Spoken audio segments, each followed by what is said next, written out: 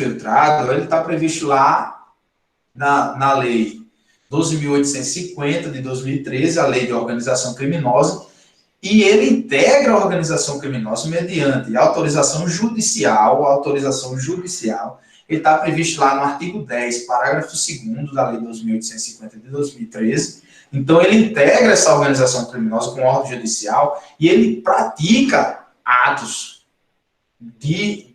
propriamente ditos do crime. Então, ele está agindo ali no estrito cumprimento do dever legal. Como ele está agindo ali no estrito cumprimento do dever legal, ele só vai responder pelos excessos que ele tenha cometido durante a infiltração. Tranquilo? Então, ele tem os regramentos próprios, que precisa de autorização judicial, que ele pode cessar a qualquer momento, né? Que o policial se sentir ameaçado e tal, ele pode, para ele ter aquelas regras de proteção à testemunha, né? Ele pode ter o nome fictício e tal, ou seja, ele integra a organização criminosa. Isso é um agente infiltrado, diferente do agente provocador, que é diferente do agente disfarçado, beleza? E o próprio... Como é que ficou a questão do homicídio? Se ele tiver que praticar o homicídio, como é que fica essa questão dele, hein? A questão do homicídio tem que observar se, num caso concreto, ele pode estar agindo em estrito cumprimento do dever legal, que, por exemplo, é uma discussão grande, que não caberia o estrito cumprimento do dever legal. Por que não caberia? Porque ninguém, no exercício da função, tem como dever legal de matar pessoas, né? Mas aí a gente poderia transportar a análise lá para a culpabilidade, na inexigibilidade de conduta diversa. Porque se, por exemplo, ele está ali em atos executórios, né? Junto com a organização criminosa, e os líderes da organização colocam a arma na mão dele e diz que ele tem que cometer um homicídio, né? E ele lá, naquele caso concreto, não tem como agir de outra forma, a gente vai ter um excludente de culpabilidade, não de antijuridicidade, né? E ele vai estar agindo ali com inexigibilidade e conduta diversa. Não teria como agir de outra forma. Sacou? Então, ele só vai responder, o agente infiltrado, ele só vai responder se ele cometer excessos. Tranquilo? Se, no caso concreto, perceber que ele poderia agir de forma diferente, aí a gente vai fazer aquela análise lá do erro de tipo, né? Se, por exemplo, no erro que ele cometeu ali, poderia ser evitável ou inevitável, se era um erro inevitável, que qualquer pessoa poderia ali estar agindo naquele erro, né? Naquele erro de proibição inevitável, aí eu tenho a exclusão da culpabilidade. Se for um erro evitável, eu tenho a diminuição de pena. Tranquilo? A diminuição de pena de 1/6 a 1/3. Mas aí é mais aprofundado, ou seja, se você for ver que no caso concreto não tinha como ele agir de forma diferente, eu tenho a exclusão da culpabilidade por inexigibilidade de conduta diversa. Tranquilo? No caso do homicídio. Aí tem que ver bem o caso concreto, porque ele só vai responder se ele agir com excesso. Deu para entender, Adriana? Sim. Vamos entrar agora, pessoal. A gente fez essa revisão aí da prisão em flagrante, né? Importante vocês dar uma lida de novo no material, ou então ver a aula novamente, acelerar a aula e ver ela novamente. E agora a gente entra aqui na conversão da prisão em flagrante em prisão preventiva. E aí a gente vai fazer todas essas considerações que a gente fez aqui. Eu já vou encerrando a aula, porque o professor Anderson está aí pronto para, né? E vocês aí continuam com ele. Porque na próximo sábado, vou até olhar o cronograma para ver se sou eu novamente. Aí a gente, de fato, vai estudar a prisão preventiva, se agarrando ali os detalhes com a prisão temporária. E a gente vai também fechar essa questão da prisão temporária e da prisão preventiva, beleza? Vamos aqui, ó, essa conversão da prisão em flagrante em prisão preventiva, a gente já conversou que ela está prevista lá no 310, inciso 2, que converte a prisão em flagrante em prisão preventiva quando presente os requisitos constantes do artigo 312 deste Código. e se revelarem inadequadas ou insuficientes as medidas cautelares diversas da prisão. Pronto. O que é que a gente tem que entender? Para os requisitos da prisão preventiva, eu tenho que estar no 311, 312, 313. Tá os artigos aqui, vocês precisam ler eles. 311, 312, 313, os requisitos de admissibilidade da prisão, né? Da prisão preventiva, o crime tem que ser superior a 4 anos. A pena máxima prevista ao crime tem que ser superior a 4 anos. Né? A gente tem lá a questão da ordem pública, né? Os requisitos, questão do 312. Nos 312 está lá os requisitos para manutenção da ordem pública, para manutenção da ordem econômica, para assegurar a aplicação da lei penal e para a instrução e para assegurar a persecução penal. Tanto a persecução penal no âmbito do inquérito como no processo. Tranquilo? Então, tem que estar nesses requisitos dos 312, tem que estar nos requisitos do 312 e a admissibilidade do 313. Beleza? Então, estando presentes esses requisitos, é possível a decretação da prisão preventiva. E a prisão temporária, já fazendo paralelo. A prisão temporária, ela está prevista na Lei 7960 de 89, a Lei 7960 de 89, e ela está no artigo 1º, no inciso 1, que vai dizer que tem que ser imprescindível para as investigações, para se decretar a prisão temporária, e essa prisão temporária, ela só ocorre no âmbito do inquérito, ou seja, na persecução penal, na fase administrativa. Tranquilo? Então, prisão temporária é uma prisão própria de investigação. E ela tem prazo certo, diferente da prisão preventiva. O que é isso ali, ter prazo certo? É que a prisão temporária, ela vai seguir o regramento de ter o prazo de 5 dias. 5 dias para a prisão temporária e prorrogável por mais 5. Esse prazo é um prazo penal. Ele não se prorroga e ele não se interrompe. E conta o prazo do primeiro dia, excluindo o último dia do final. Tranquilo? Então, eu incluo o dia do começo e excluo o dia do final. Beleza? Deu para entender? Então, é um prazo penal. Não se interrompe e nem se prorroga. Tranquilo? E se o crime for hediondo equiparado, o crime hediondo equiparado vai estar lá no artigo 2º, parágrafo 4º da lei dos crimes hediondos, vai trazer a previsão de que, se o crime for hediondo equiparado, vai ter a previsão de 30 dias. Prisão temporária passa a ser de 30 dias e prorrogável por mais 30. Também um prazo penal. Beleza? Então, a gente tem esse panorama. Então, o inciso 1 vai dizer que tem que ser imprescindível para as investigações. O inciso 2 vai trazer que é também possível a decretação se o imputado não tem residência fixa e também não apresenta identificação.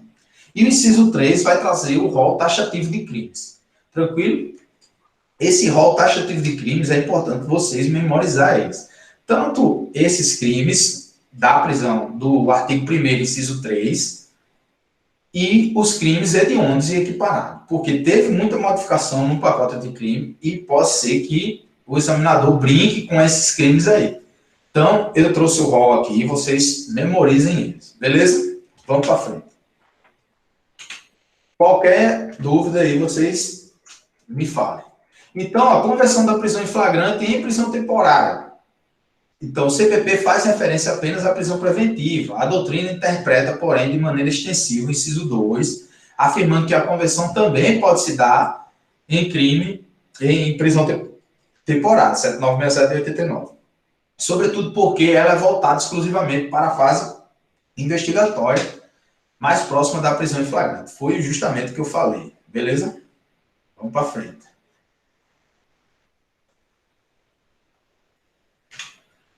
O artigo 312 trouxe aqui a literalidade do artigo e a gente vai decifrando ele aqui aos poucos. A prisão preventiva pode ser decretada como garantia da ordem pública. Está aqui os requisitos. Presta atenção. Olha, esses requisitos aqui é muito cobrado em prova. Por quê? Garantia da ordem pública. O que seria isso ali? Garantia da ordem pública.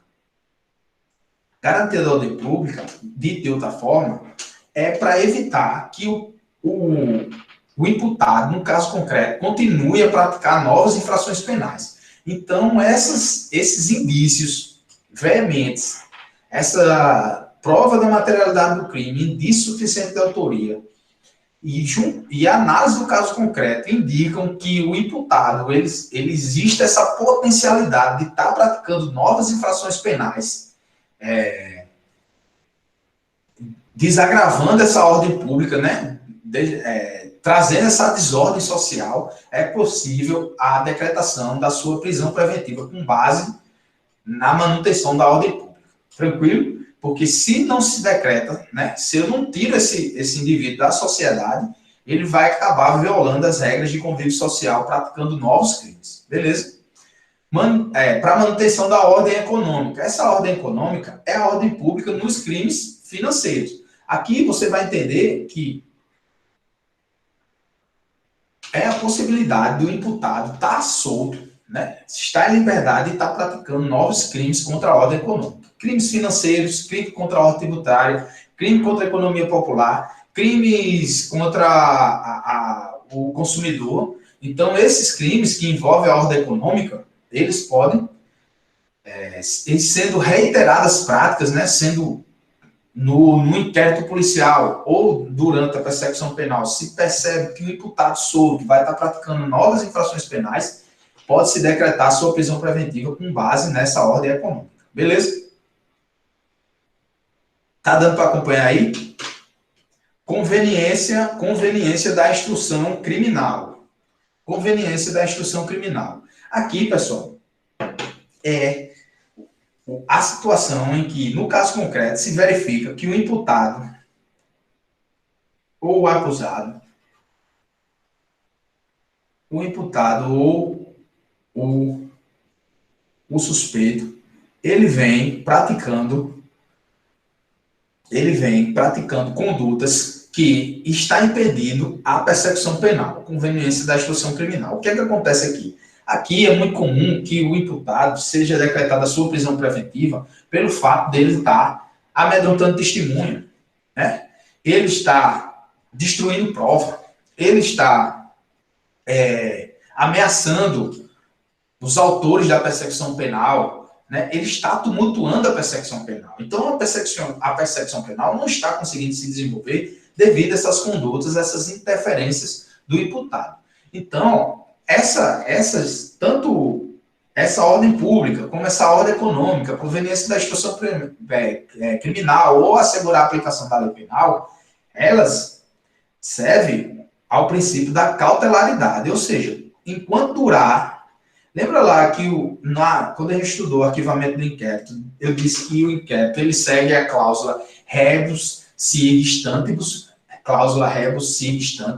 que aquele inquérito será arquivado, né? Conforme as circunstâncias mudem, ele pode ser desarquivado, dependendo do motivo que ensejou o arquivamento do inquérito. Aqui também, quando é decretada uma prisão preventiva com base na conveniência da instrução criminal, né, se mudar, como ela tem o princípio da cautelariedade, caso mude, né, passe a instrução processual, né, já tenha sido feita a audiência de instrução e julgamento, o processo já foi, às vezes, até julgado, se não mais subsiste aqueles motivos, deve ser posto o imputado em liberdade. Tranquilo? Para assegurar a aplicação da lei penal. Isso acontece muito. Acontece quando, por exemplo, tem indicação de que o imputado pretende fugir, né? No caso concreto, se observa que o imputado está vendendo os bens, né? Que tem notícia de que o imputado já tirou o passaporte, já comprou uma residência em outro estado estrangeiro, em outro país, em um país longínquo, que não tem acordo de tratado internacional com o Brasil, né? É indicativo de que possivelmente o imputado irá sumir, nunca mais o Estado terá notícias sobre o imputado se decreta essa prisão preventiva com base na aplicação da lei penal. Tranquilo? Deu para entender? Então, esses 4 requisitos aqui, ó, previsto no 312, ele, para ser decretado, tem que estar previsto um desses requisitos. Beleza?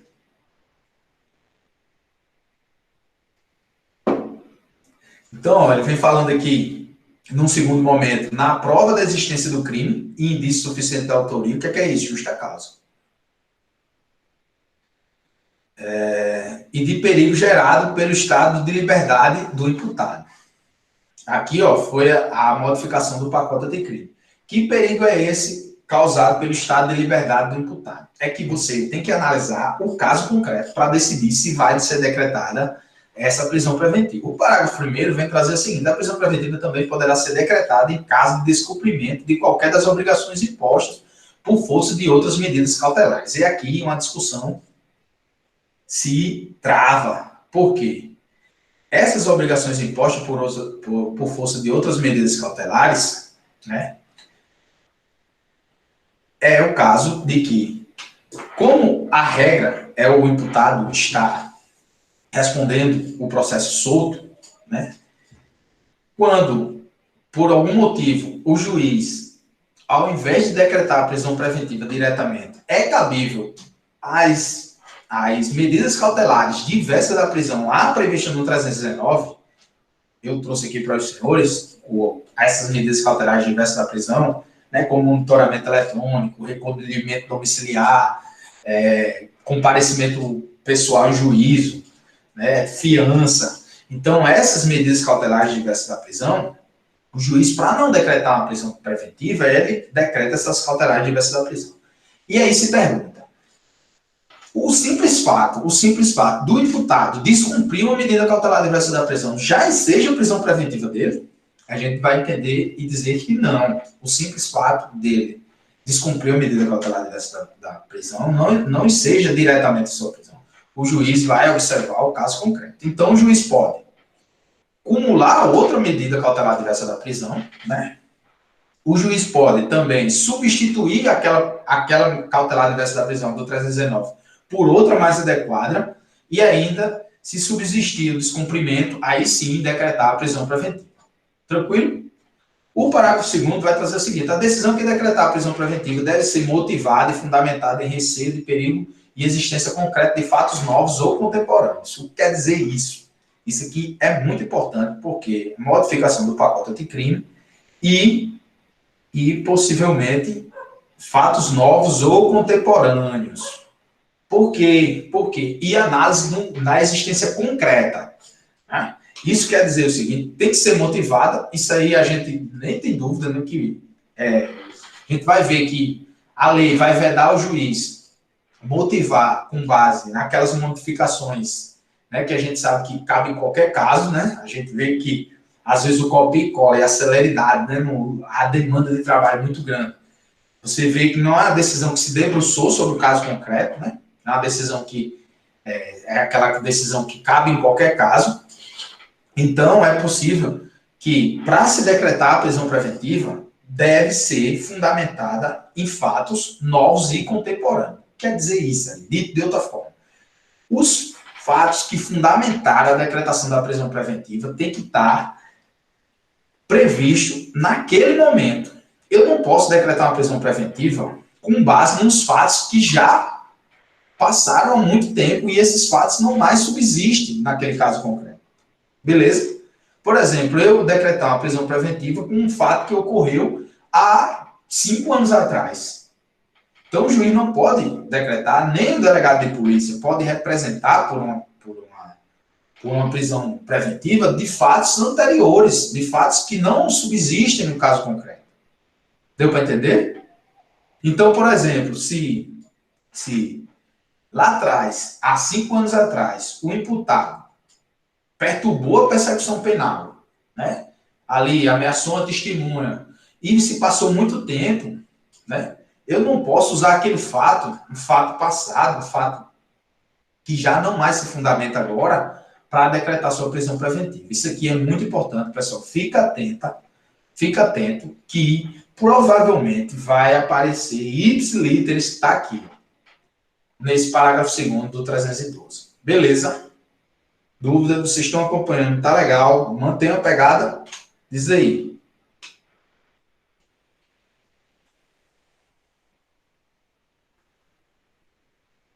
Tem alguém aí ainda? Tem?